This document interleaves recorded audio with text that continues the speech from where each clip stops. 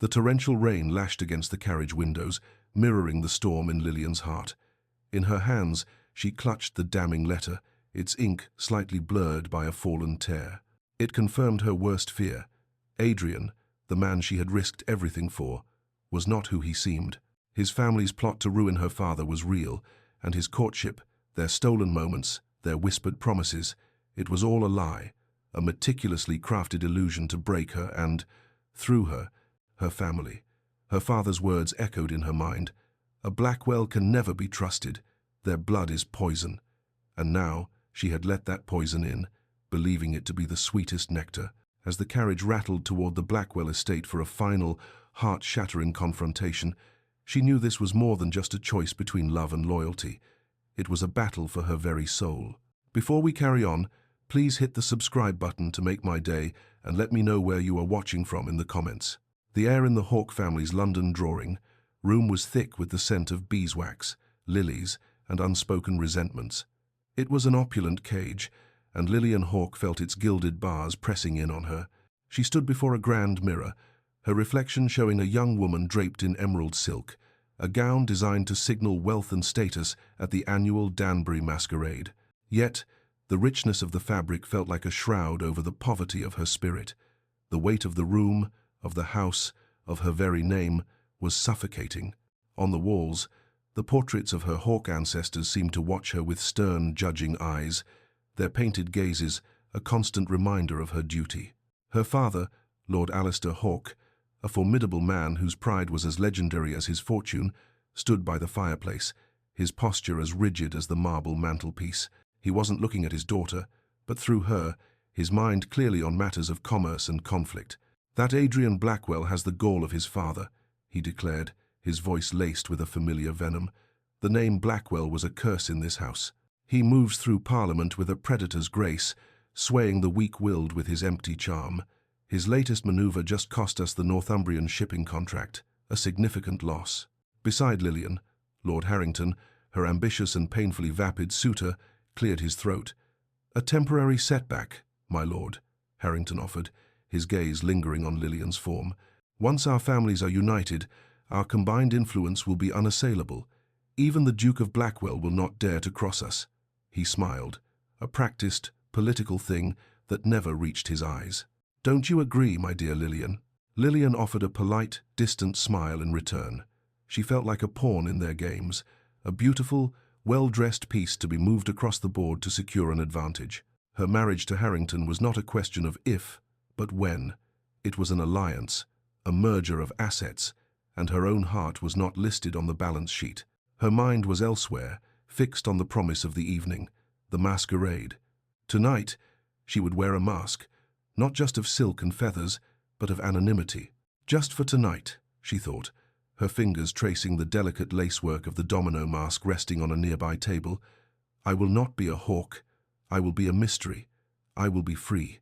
Her father finally turned his cold eyes upon her, a flicker of something akin to affection briefly softening his features before the hardness returned. "You look well, daughter. Remember who you are tonight. Remember what is at stake." He paused, his gaze turning flinty once more. "And should you happen to cross paths with the Duke, remember this: a snake is a snake, no matter how charming its skin. Their entire line is built on deceit." The Danbury House ballroom was a galaxy of glittering secrets.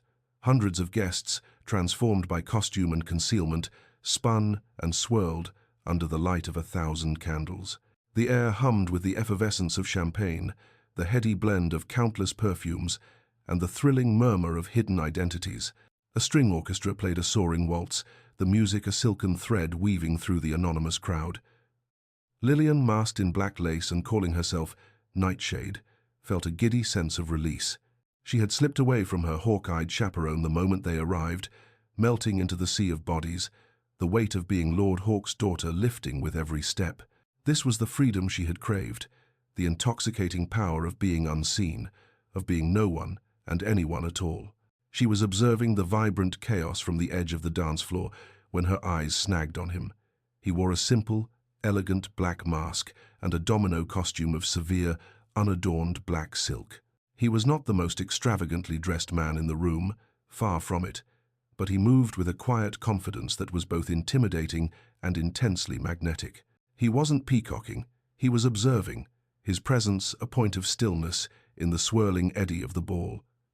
As if feeling her gaze, he turned his head. Their eyes met across the room, and in that instant, the noise and heat and motion of the ballroom seemed to recede. It was a palpable connection, a silent, startling acknowledgement that left her breathless. With a smooth, deliberate grace, he began to move toward her, navigating the crowd as if it were parting just for him. He stopped before her and executed a perfect, formal bow. "My lady," his voice was a low, captivating timbre that sent a shiver through her.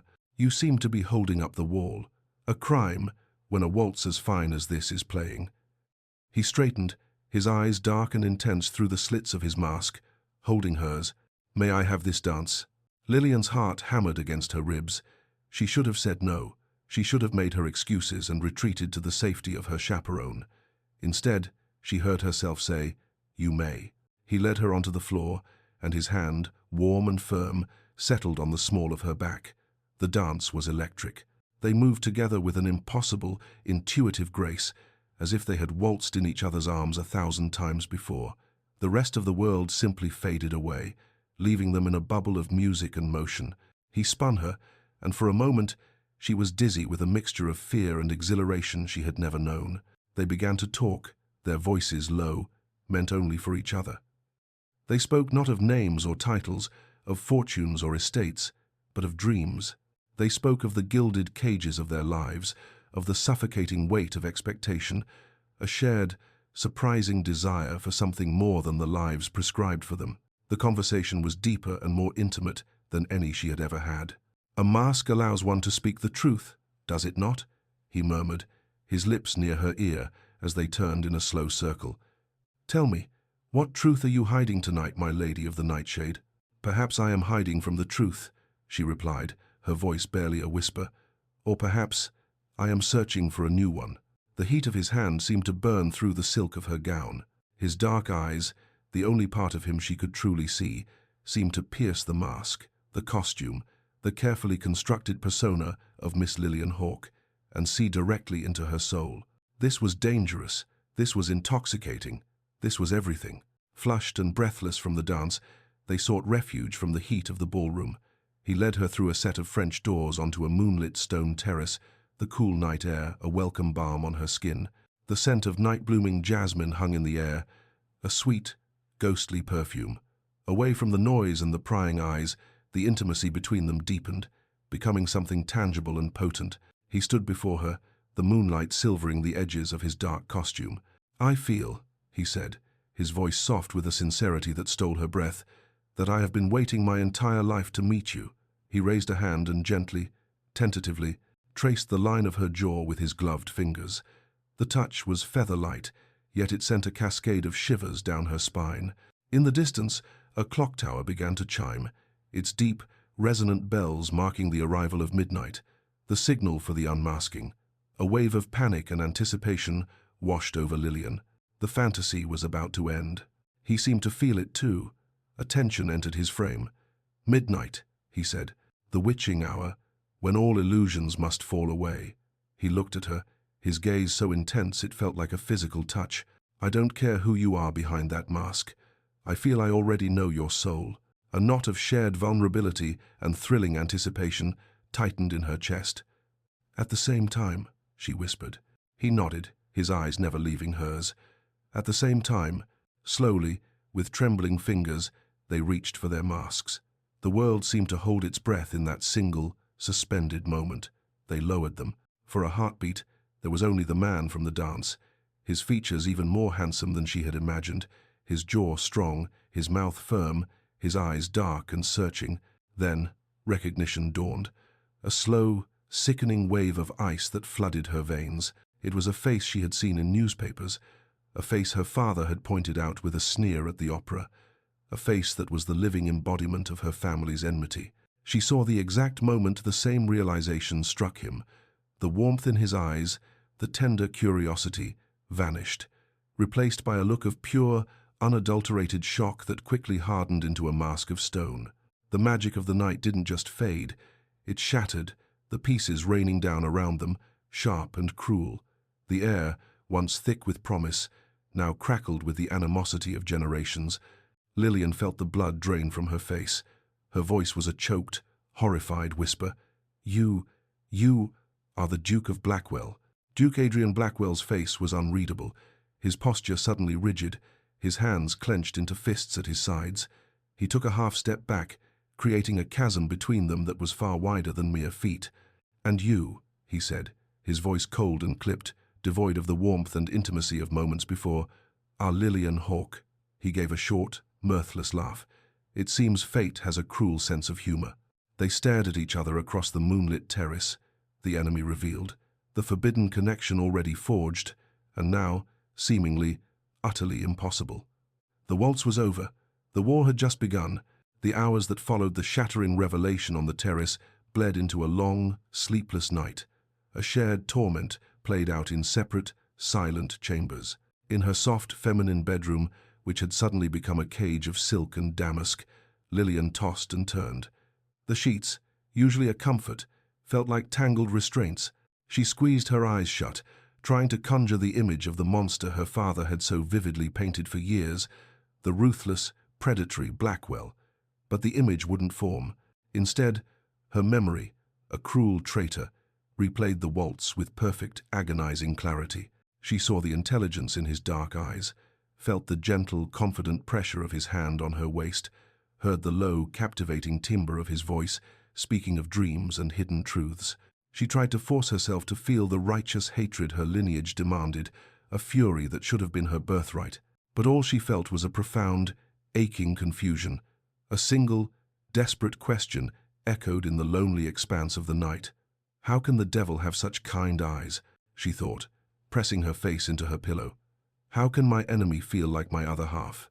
The feeling was a betrayal, a deep, unforgivable treason against her father, her family, her very name. Miles away, in a study as dark and imposing as a tomb, Duke Adrian Blackwell sat behind a massive mahogany desk, a glass of amber brandy untouched at his elbow. Before him lay the weapons of his war, financial reports and legal documents detailing the intricate campaign against Lord Hawke's commercial empire. He had come here to stoke his anger, to fuel the cold fire of a rivalry he had inherited like a title. He read the words outlining a strategy that would cripple his enemy, but the letters blurred, and another face swam before his eyes. Lillian Hawke. He remembered the flicker of defiance in her gaze, the surprising vulnerability beneath her polished exterior, the sound of her laughter. A melody that had no place in this room of shadows and strategy. He was a man accustomed to absolute control over his business, his emotions, his world. This turmoil, this infuriating pull toward the daughter of the man he was actively plotting to ruin, was a weakness he could not afford. He was the Duke of Blackwell, a predator. Just as her father had said, he was supposed to be the snake. She is a hawk, he reasoned with himself, his jaw tight. A tool her father would use without a second thought to gain an advantage. He picked up a pen, his knuckles white. So why, his own thoughts defied him, does the thought of her being hurt by this feud feel like a blade to my own gut? He had worn a mask of civility his entire life, but for one night, behind a piece of black silk, he had shown a glimpse of the man beneath, and she had done the same. Now, the masks were back in place, heavier than ever before. Weeks passed. The raw shock of the masquerade settled into a persistent, haunting ache for them both. London society, oblivious, continued its relentless churn of visits, promenades, and polite engagements. Lillian found herself going through the motions, a perfect automaton of social propriety. Her chaperone, the ever-watchful Mrs. Gable, always at her side. One crisp autumn afternoon, during the fashionable promenade in Hyde Park, Lillian's carefully constructed composure was shattered. She was walking along the Serpentine, nodding at acquaintances, when she saw him. He was on horseback, a magnificent black stallion that moved with the same powerful grace as its rider. He wasn't looking at her, not at first, but she felt his presence like a change in the atmosphere.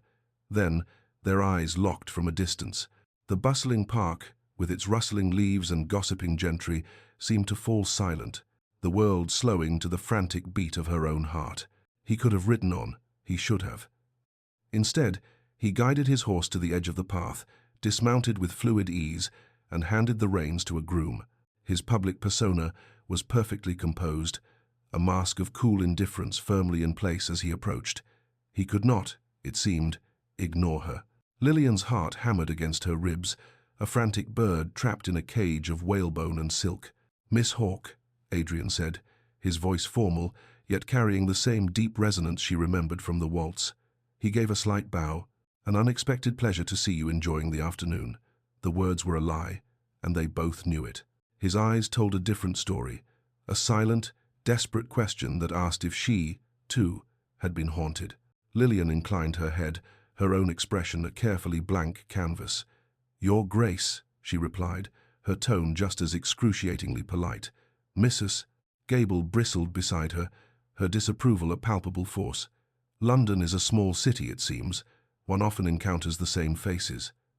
Her own subtext was clear, a warning. "This is dangerous.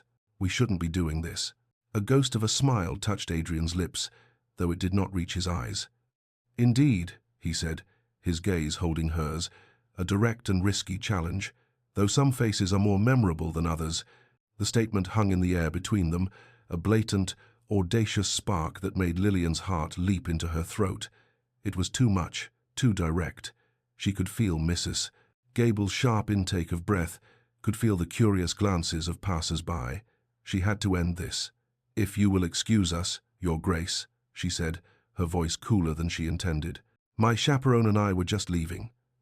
She gave a curt nod and turned, forcing herself to walk away at a measured pace, every instinct screaming at her to run.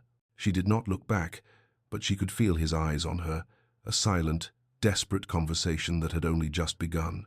Lillian sought refuge in a place her father would never think to look for her, a place he would certainly disapprove of, a small, dusty bookshop tucked away on a less fashionable street.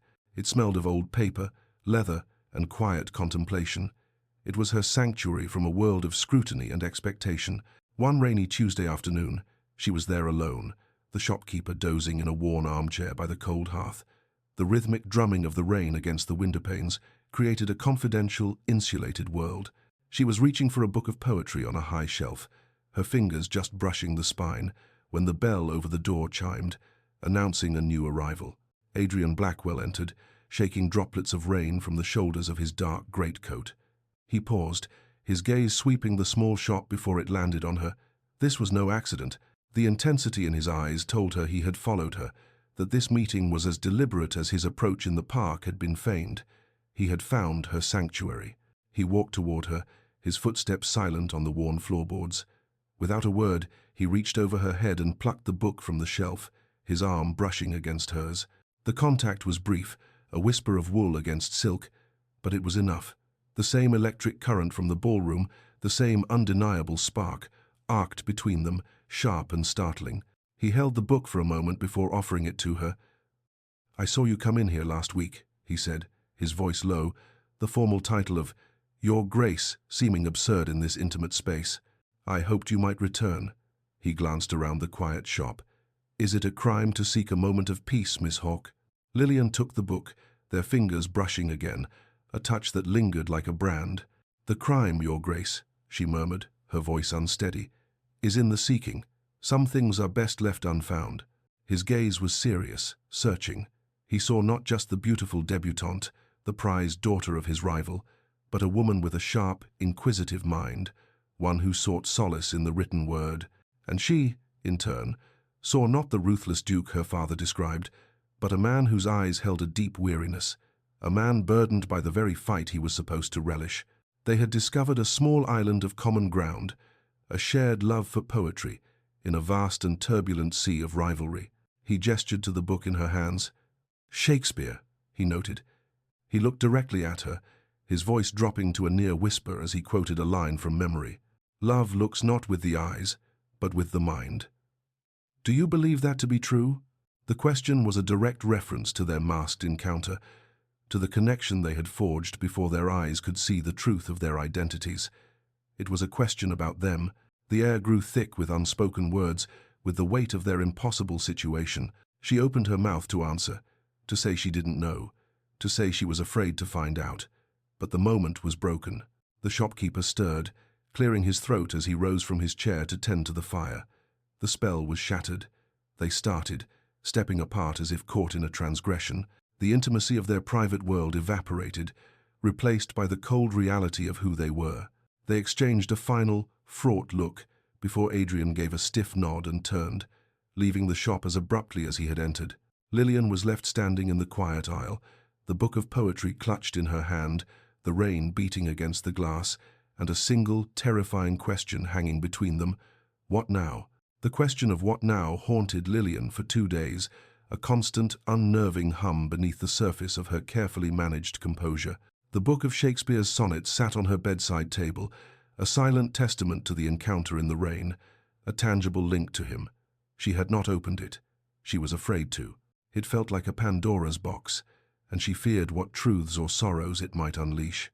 Then, on the 3rd day, a small package arrived, delivered by a street messenger, and addressed simply to the Lady of the Nightshade. Her heart stopped. It was wrapped in plain brown paper, but she knew, with a certainty that defied logic, who it was from. Her hands trembled as she unwrapped it. Inside was the very same book of poetry from the shop. There was no note, no card, nothing but the book itself. A wave of confusion and a pang of disappointment washed over her. Was this just a gift? A simple, if audacious, gesture? She opened the cover, a faint, familiar scent of sandalwood and rain clinging to the pages, the scent of his greatcoat. She began to page through it, her fingers tracing the familiar verses. It was then that she saw it, a faint pencil mark, a tiny, almost imperceptible dot beneath a single word on the page. Her breath caught. She flipped to another page, and then another, her eyes scanning the text with frantic intensity. There it was again, and again, a word here, a word there, each marked with the same subtle precision. Her heart hammered against her ribs as she returned to the beginning, a piece of parchment and a pencil in hand. She began to write down the marked words in the order they appeared. Street on one page, Dunstan's on another, Abbey, midnight, Friday. The final words made the blood rush in her ears. If you seek truth, Street Dunstan's Abbey, midnight, Friday. If you seek truth. The message was an invitation, a challenge, and a promise, all coded within the verses of a poet. It was a clear, deliberate crossing of a line. This was no longer an accidental meeting in a park or a shared moment in a bookshop. This was a summons. To accept it would be a conscious, irrevocable act of betrayal against her father, her family, and everything she had been taught to hold dear. Her mind reeled. The sheer audacity of it, the risk he was taking, and the risk he was asking her to take, was staggering. She paced her room, the decoded message clutched in her hand, the elegant script of the poet mocking her turmoil. She thought of the life that was being meticulously arranged for her, a passionless, strategic marriage to Lord Harrington, a man whose touch would be a transaction, whose affection would be a performance. She thought of a future spent as a beautiful ornament, her own thoughts and desires slowly suffocating under the weight of duty. Then she thought of Adrian. She thought of the intelligence in his eyes, the shared vulnerability in his voice, the electric touch that had awakened a part of her she never knew existed. He was the enemy, the snake, the poison her father warned her against. But the possibility he represented, however dangerous, felt more vibrant and real than the safe, suffocating certainty of her future. "This is madness," she whispered to the empty room, the words catching in her throat. To go would be to ruin myself, to risk everything on a feeling. She stopped before the window, looking out at the grey London sky. But not to go, she admitted to herself in a moment of terrifying honesty. Not to go feels like a different kind of death. In that moment, the decision was made. She would go. She would seek the truth, whatever the cost. Friday night arrived under a sliver of moon, a pale, sharp blade in a sky of dark velvet. The air was cold, carrying the damp scent of the coming winter. Lillian, wrapped in a heavy, dark cloak with the hood drawn low, slipped out of her house through a little, used servant's entrance in the garden. Every creak of the gate, every rustle of a dry leaf under her boot, sounded like a cannon shot in the silent night. Her heart pounded a frantic rhythm against her ribs, a drumbeat of fear and exhilaration. The carriage she had secretly hired was waiting at the corner, a dark, anonymous shape. She gave the driver the destination, her voice a nervous whisper, and sank back against the worn leather, her entire body trembling as the carriage rattled over the cobblestones, carrying her toward her fate. The ruins of Street Dunstan's Abbey stood on the quiet outskirts of the city, a skeletal silhouette against the night sky. It was a place of forgotten beauty, of crumbling archways and stone walls overgrown with ivy, a sacred place now a sanctuary for secrets. She paid the driver and watched the carriage disappear back toward the city lights, leaving her utterly alone in the profound, watchful silence. For a moment, panic seized her. This was foolish, a girl's romantic fantasy that could lead to disgrace and ruin. She almost turned to run, to flee back to the safety of her gilded cage. Then she saw him. He was standing in the deep shadow of a crumbling archway, a tall, dark figure, as still as the ancient stones around him. He stepped forward into a patch of moonlight, and the breath left her body in a rush of overwhelming relief. It was him. He was real. He had come. They didn't speak at first. The tension was a living thing between them, a mixture of awe that she was truly there, and the immense, terrifying weight of what they were doing. He just looked at her, his eyes, dark and intense in the moonlight, filled with a raw gratitude that made her knees feel weak. He wore no mask now, and neither did she. There were no more illusions. "I had to see you," he finally said, his voice low and rough with emotion.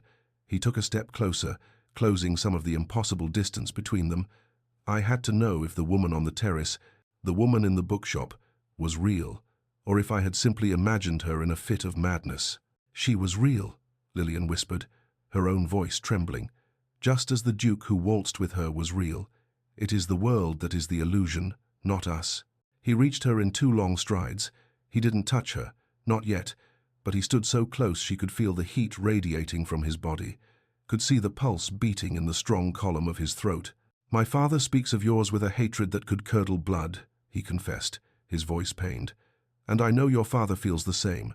We have been raised to be enemies, Lillian. We have been trained for it, bred for it. Every day, I sit in meetings where we plot the downfall of your family's fortunes. It is my duty, my inheritance." She met his gaze, her own honesty mirroring his. "And I am to be sold in marriage to a man I despise, to form an alliance that will help my father crush yours. That is my duty." The confession hung in the cold night air, a stark and ugly truth. They were 2 sides of the same coin, trapped by the legacies of their fathers. The emotional dam that had been building for weeks, a torrent of longing, frustration, and forbidden desire, finally broke. The space between them became unbearable. He raised a hand, his fingers gently brushing her cheek, and the contact was a lightning strike. In the next moment, he closed the final distance, his other hand tangling in the fabric of her cloak, and his mouth came down on hers. The kiss was not gentle, it was not tender. It was a desperate, hungry collision, a release of all the pent-up longing, all the unspoken words, all the impossible yearning. It was the taste of risk and rebellion, of rain, and of a truth too powerful to be denied. Lillian's hands came up to grip his coat, holding on as if he were the only solid thing in a world that was tilting on its axis. He pulled her tighter against him, deepening the kiss, a groan of pure, agonized pleasure escaping his throat. This was not just a kiss, it was an acceptance of their fate, a point of no return. When they finally broke apart, they were both breathless, their foreheads resting against each other. The moonlight filtered through the broken arches of the ruined abbey, bathing them in a ghostly ethereal light. Adrian looked down at her, his eyes dark with a mixture of passion and despair. "Now," he murmured, his voice thick with emotion, "now we are truly ruined." Their secret meetings in the ruined abbey became a ritual, a sacred, desperate rite performed under the cloak of darkness.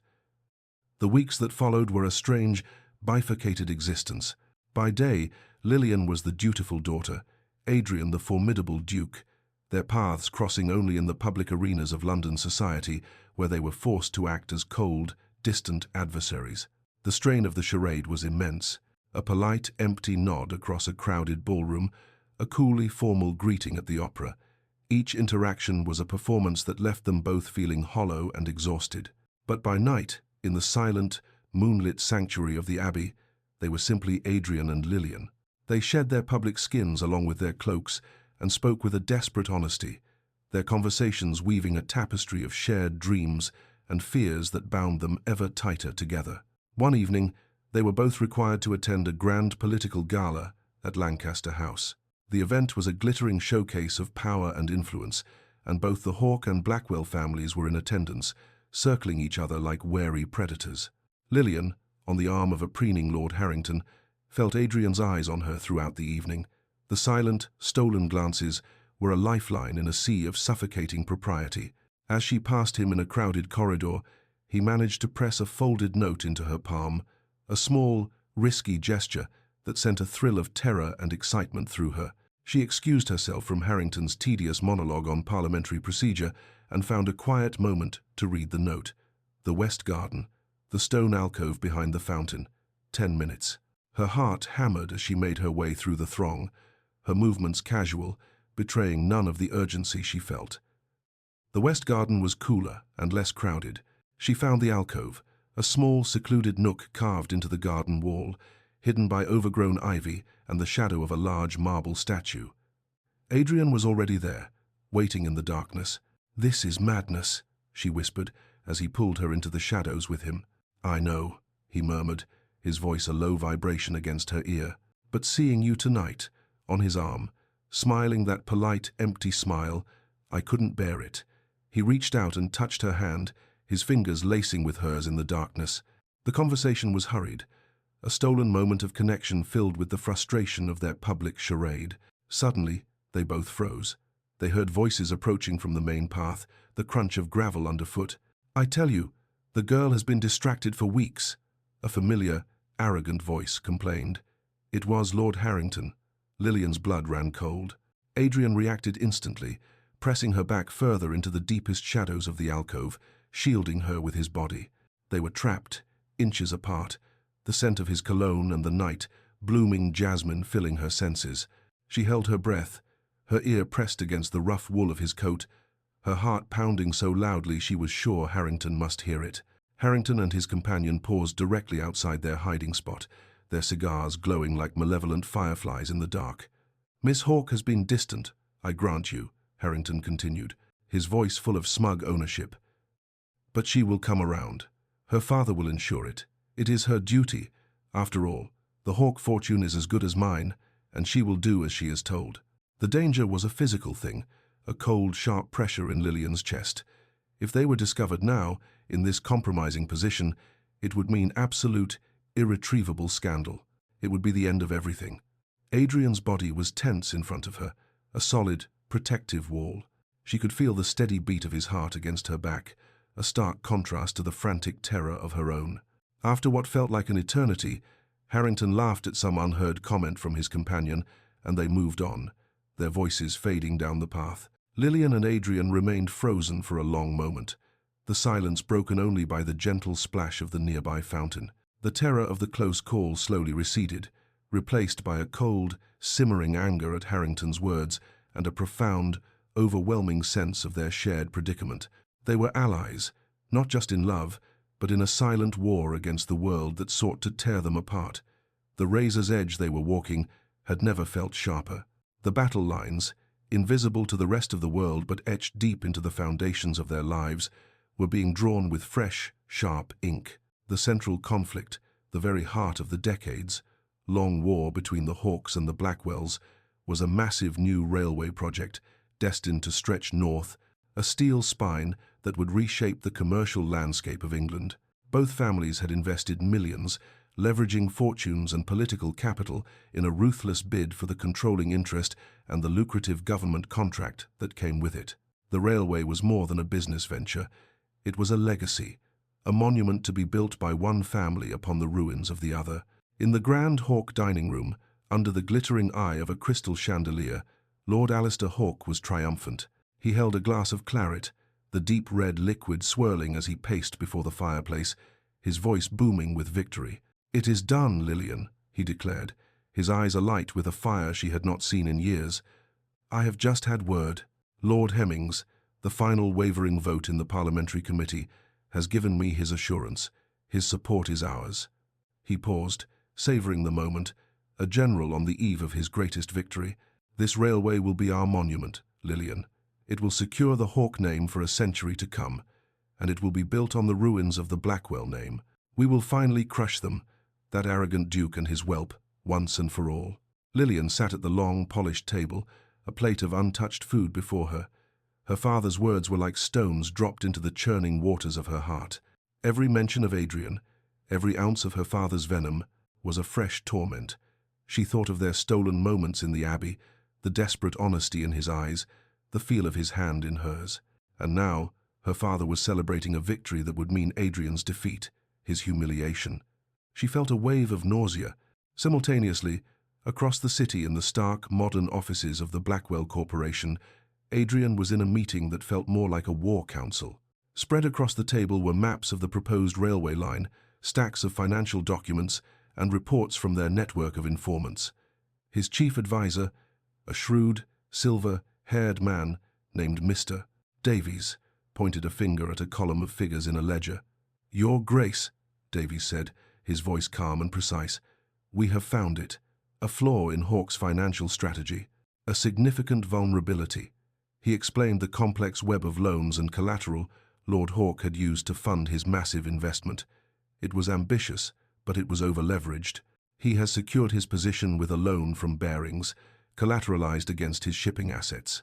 But our sources confirm that a recent downturn in the tea trade has left those assets significantly devalued.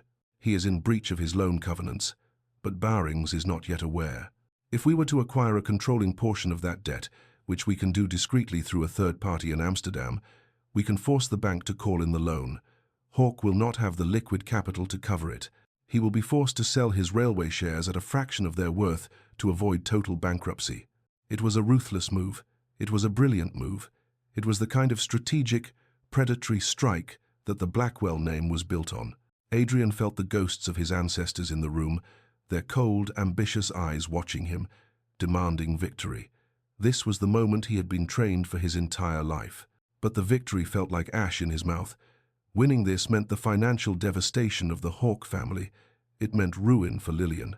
"If we execute this, Your Grace," Davies continued, his tone clinical, "Hawke will be ruined. He won't recover for a generation. The railway and his entire fortune will be ours." Adrian stared at the map, at the bold black line snaking its way north, but he did not see a railway.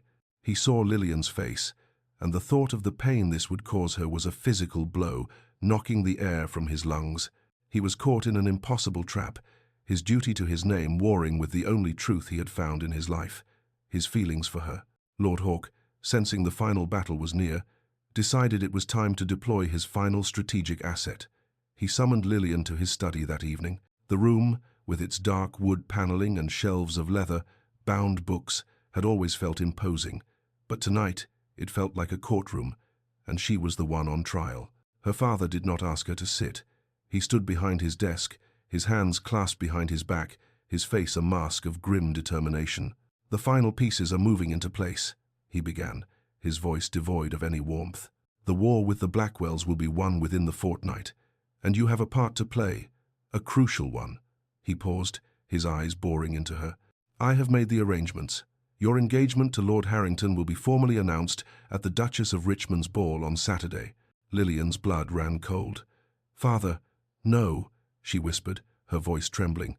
"We have not discussed this. I do not wish to marry Lord Harrington." "This is not a discussion," her father stated, his voice dangerously low.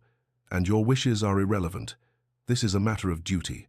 The alliance with the Harrington family and their political influence is the final piece I need to secure our position. It will guarantee our victory and protect us from any last-ditch efforts by the Blackwells. Your marriage is the seal on that alliance." Lillian stared at him, horrified. She felt the walls of the room closing in, the air growing thin. "And what of my happiness, father?" she asked, her voice gaining a desperate strength. "Is that of no consequence at all? Am I simply a piece in your game to be traded for power?" A flicker of something, perhaps annoyance, perhaps a sliver of guilt, crossed his face before it was replaced by cold, hard resolve. "Happiness is a luxury, Lillian. Survival is a necessity. For generations, the Blackwells have sought to destroy us. I will not fail in my duty to protect this family, and you will not fail in yours." He leaned forward, his palms flat on the desk, his voice dropping to a menacing whisper. "Your duty is to this family. You will marry Harrington, and you will smile while you do it. This is how our wars are won, Lillian. Not just in boardrooms, but in ballrooms. Do not make me question your loyalty." She was trapped. Her personal happiness was being explicitly, cruelly sacrificed for the feud. To refuse was not just to defy her father, it was to side with the enemy. She looked at the man before her, a man she had respected and feared her entire life, and saw a stranger, a general willing to sacrifice his own daughter for a victory. The beautiful dress she had worn to dinner now felt like a costume for a role she could no longer bear to play, the role of the obedient, powerless daughter. The sky over the ruined abbey wept. A cold, persistent drizzle had begun to fall, turning the air grey and miserable. The brewing storm was a perfect mirror for the turmoil in Lillian's soul. Desperate, she had sent a message to Adrian, a single, frantic word, "Tonight," delivered by a boy she had paid handsomely. She had to see him. She had to tell him about the ultimatum. She was looking for a solution, a way out, a rescue she wasn't even sure he could provide. She found him waiting for her in their usual spot, the rain dripping from the crumbling archways, the romantic, moonlit ruin of their first meeting now a cold, wet, miserable place. He looked haggard, his face pale and drawn in the gloomy twilight. He had just come from the meeting where he had given the final, terrible order to proceed with the plan to ruin her father. The guilt was a physical weight, a sickness in the pit of his stomach. "Adrian," she cried, running the last few steps toward him. The relief of seeing him was so overwhelming it brought tears to her eyes. He caught her, holding her tight for a moment, burying his face in her hair. "Lillian, you shouldn't have come. It's too dangerous."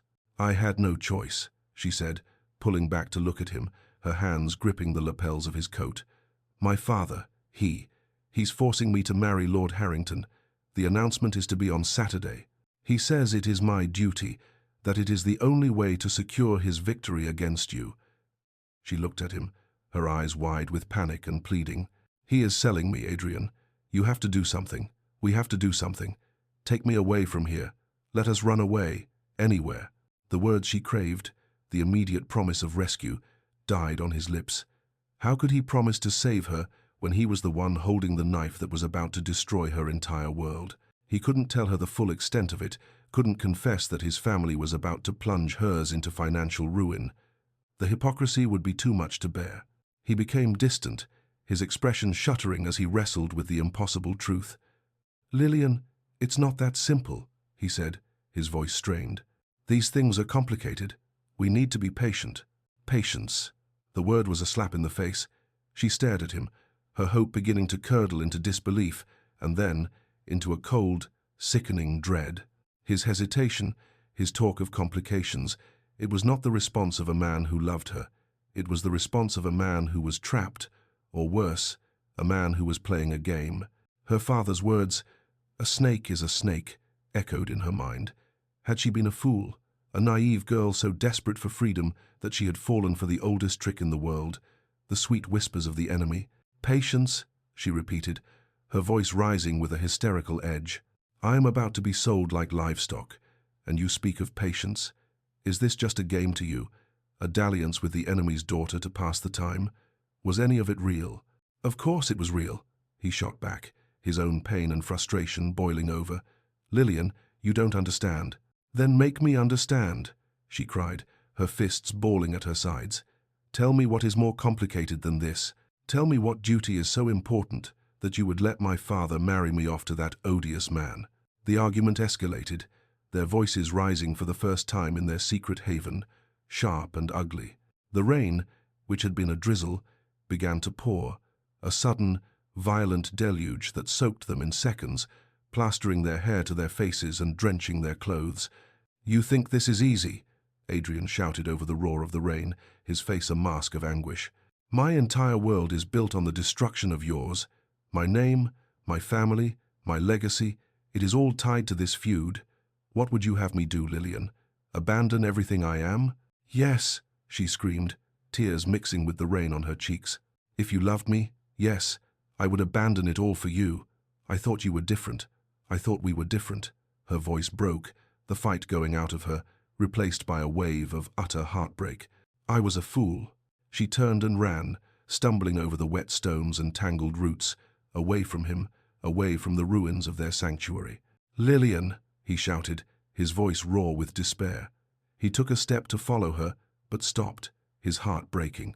He was left alone, standing in the pouring rain, shouting her name into the storm as she disappeared into the darkness, the future of their love and their worlds. In tatters, the fight in the Abbey left Adrian hollowed out. The angry, heartbroken look in Lillian's eyes burned into his memory. Her accusation, "I was a fool," echoed in his mind, a verdict he couldn't escape because, in a way, she was right. He had asked for her trust while withholding the most damning secret of all. He couldn't leave it like that. He couldn't let her walk into a forced marriage believing he was merely a coward or a player. In a moment of reckless desperation that defied all logic and caution, he made a decision. He had to see her. He had to try, one last time, to make her understand without revealing the specifics of the financial guillotine hanging over her family's head. He rode through the dark, rain, slicked streets, his mind a maelstrom of conflicting duties. He arrived in the square near the Hawke estate and dismounted, his fine clothes already damp.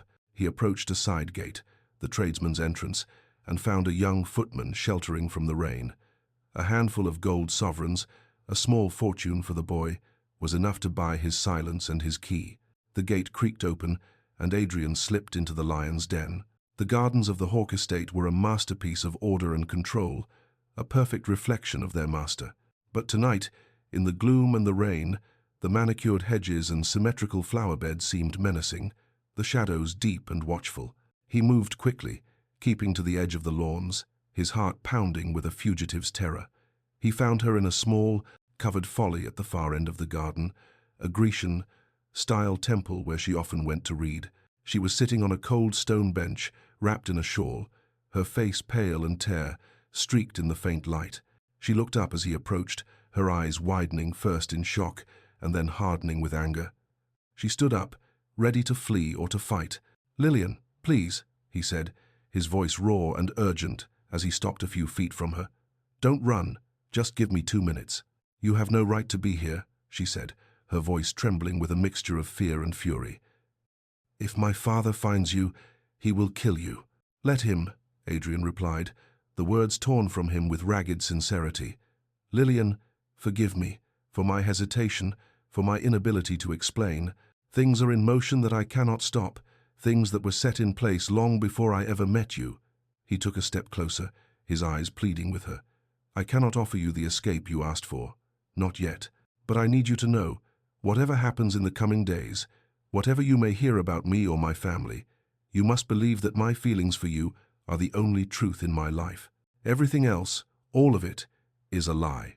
She stared at him, searching his face, her anger warring with the desperate hope that still flickered in her heart. She saw no deceit in his eyes, no hint of a game. She saw only a man in genuine anguish, a man as trapped by his world as she was by hers. The fight drained out of her, replaced by the familiar, aching pull she felt only for him.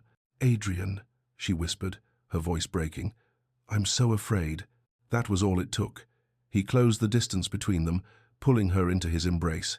She stepped into it, her hands coming up to clutch his coat. It was not a kiss of passion, but one of desperate, fragile reconciliation. It was a clinging, a promise made in the dark, against a world determined to tear them apart. She was about to forgive him, to agree to trust him, to place her faith in the one truth she could feel in her soul. They did not see the figure standing in the shadows of the nearby conservatory, its glass panes weeping with rain. Lord Harrington had come to call on his fiancée, to press his suit and remind her of her duties. He had been directed to the garden by a maid, and he had arrived just in time to see Lillian, the woman who was to be his wife, melting into the arms of his rival, the Duke of Blackwell. He watched their desperate kiss, and his handsome face, usually a mask of pleasant vacuity, twisted into an expression of pure, venomous fury. His humiliation was absolute, but he did not shout. He did not confront them. With a predator's instinct, he knew the value of the weapon he had just been handed. He backed away silently, retreating into the deeper shadows, a malicious, triumphant plan already forming in his mind. He would not just destroy Adrian Blackwell, He would make Lord Hawke himself the instrument of his own daughter's ruin. Lord Harrington did not wait. He went directly from the garden to Lord Hawke's study, his feigned distress barely concealing a vicious glee. He found the older man reviewing shipping manifests, a portrait of commercial power. Harrington, breathless and wild-eyed, painted a lurid, exaggerated picture of what he had seen. He spoke of a clandestine meeting, of a dishonorable embrace, framing it not as a moment of weakness between two lovers, but as a calculated act of espionage and seduction by the Duke of Blackwell. He claimed Adrian was trying to compromise Lillian, to dishonor the Hawke name from within as a final, cruel twist of the knife in their business war. Lord Hawke listened, his face growing paler with every word, his knuckles white where he gripped the edge of his desk. When Harrington finished, Hawke did not explode, he did not shout or rage. Instead, a terrifying, glacial calm descended upon him. His eyes, usually so full of fire and pride, became as cold and hard as chips of ice. "Thank you for your diligence, my lord," he said, his voice dangerously low and even. "You have done my family a great service. Now, leave me." Harrington, startled by the lack of an outburst, but satisfied with the result, bowed and quickly departed. Lord Hawke stood motionless for a full minute, the silence in the room more terrifying than any shout. Then he walked to the bell-pull and summoned a footman. "Fetch my daughter," he commanded. "Bring her to the study." Now, when Lillian entered, she knew immediately that something was terribly wrong. The atmosphere in the room was glacial. Her father stood behind his desk, his face an unreadable mask of stone. He did not offer her a seat. "Lord Harrington just paid me a visit," he began, his voice flat, devoid of all emotion. "He tells me he saw you in the garden, in the arms of the Duke of Blackwell. It was not a question, it was a verdict." Lillian felt the floor drop out from under her. She was trapped, caught, with no way to deny it. "Father, please," she began, her voice a desperate whisper. "You don't understand. It is not what you think."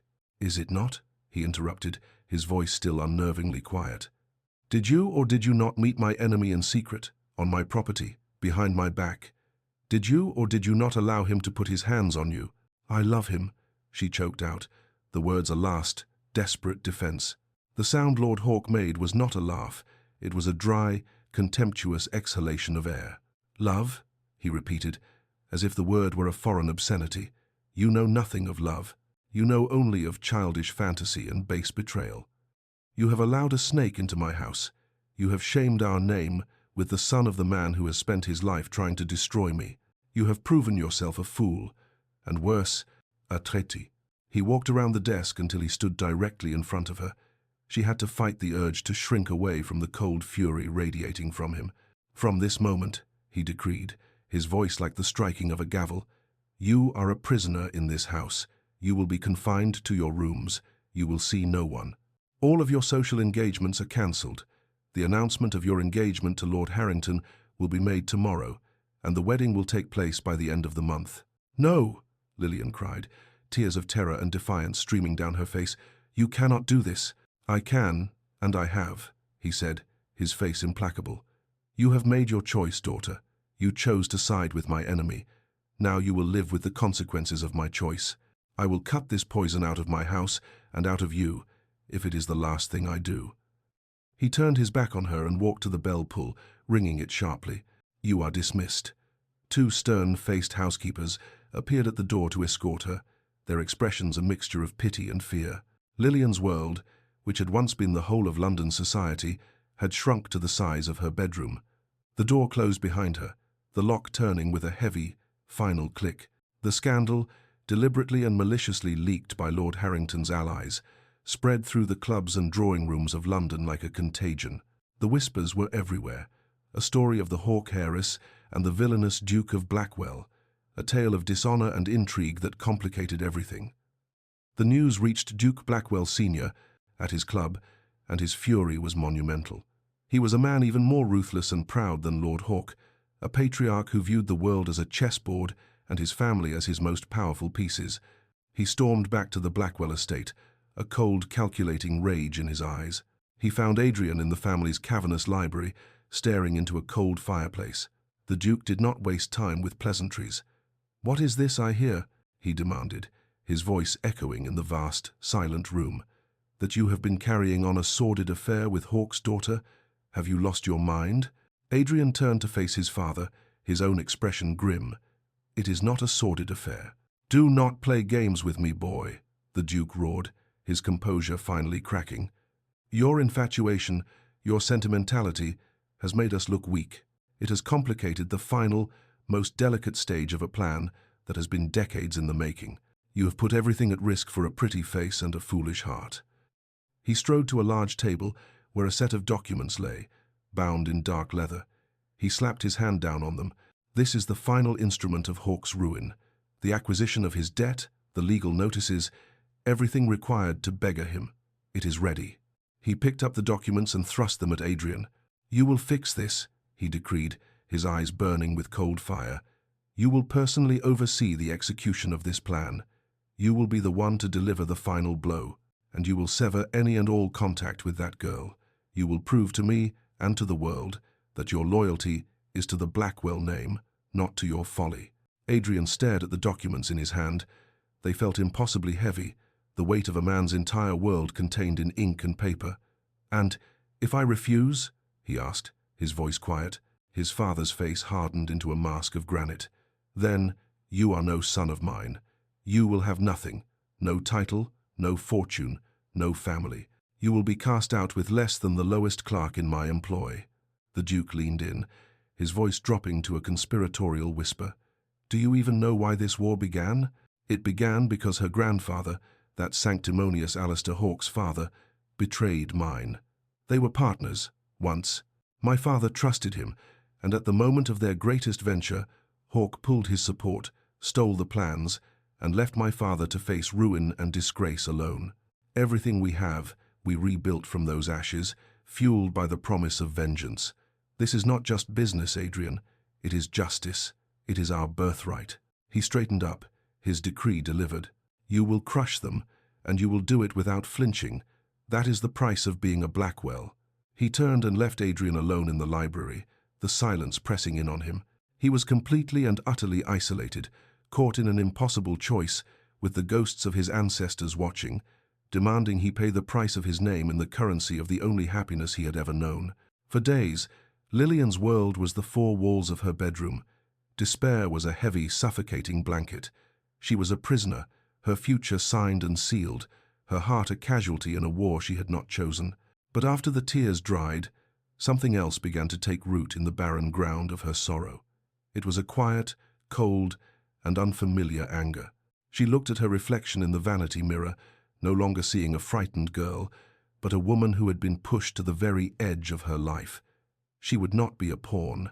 She would not be a sacrifice on the altar of her father's pride.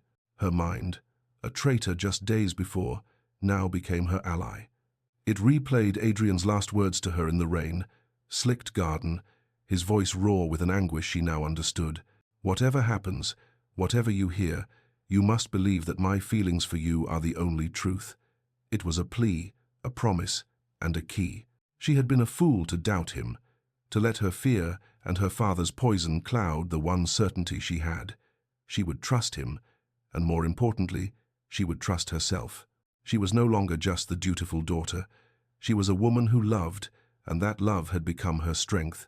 She formulated a plan, her mind suddenly sharp and clear. She rang the small bell for her personal maid, Sarah, a quiet, loyal woman who had been with her since she was a child, a woman whose loyalty was to Lillian, not to the title of Lord Hawke. When Sarah entered, her eyes full of pity, Lillian met her gaze with a new, steely resolve. "Sarah," she said, her voice low and firm, "I need your help. My father has mistaken my obedience for weakness. He is about to learn his mistake." With Sarah's help, a letter was smuggled out of the house. It was not addressed to Adrian, an act that would have been intercepted immediately.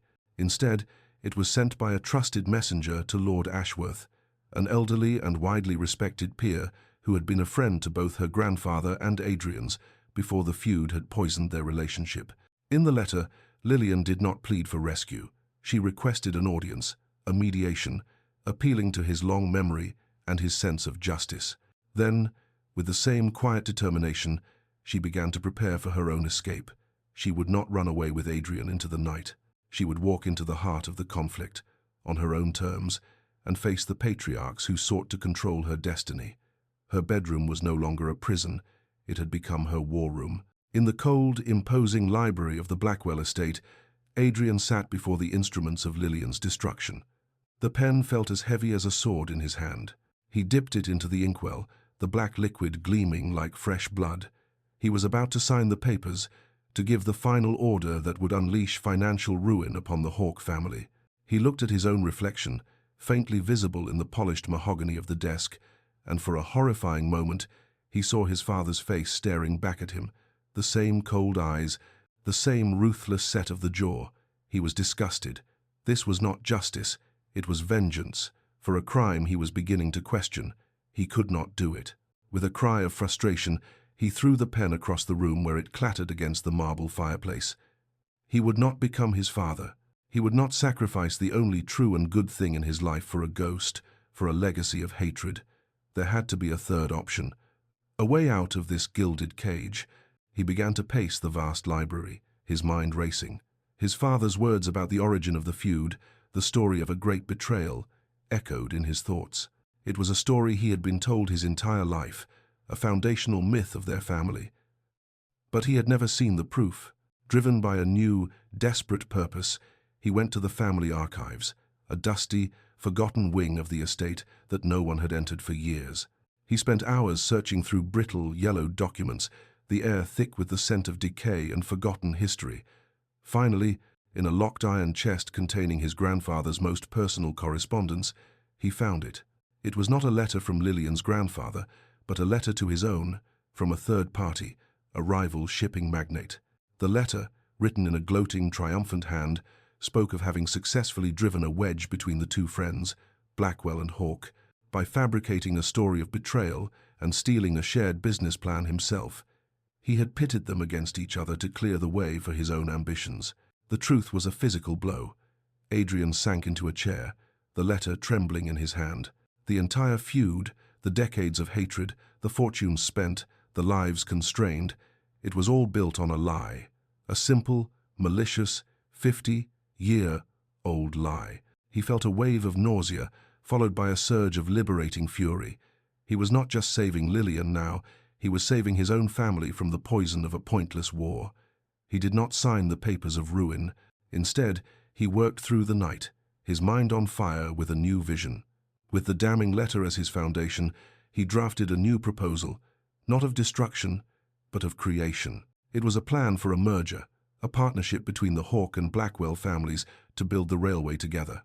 It was a massive, audacious gamble, but it was the only move on the board that led to a future he could bear to live in. The library of Lord Ashworth's London townhouse was a sanctuary of neutral ground, a room panelled in warm oak and lined with the wisdom of centuries.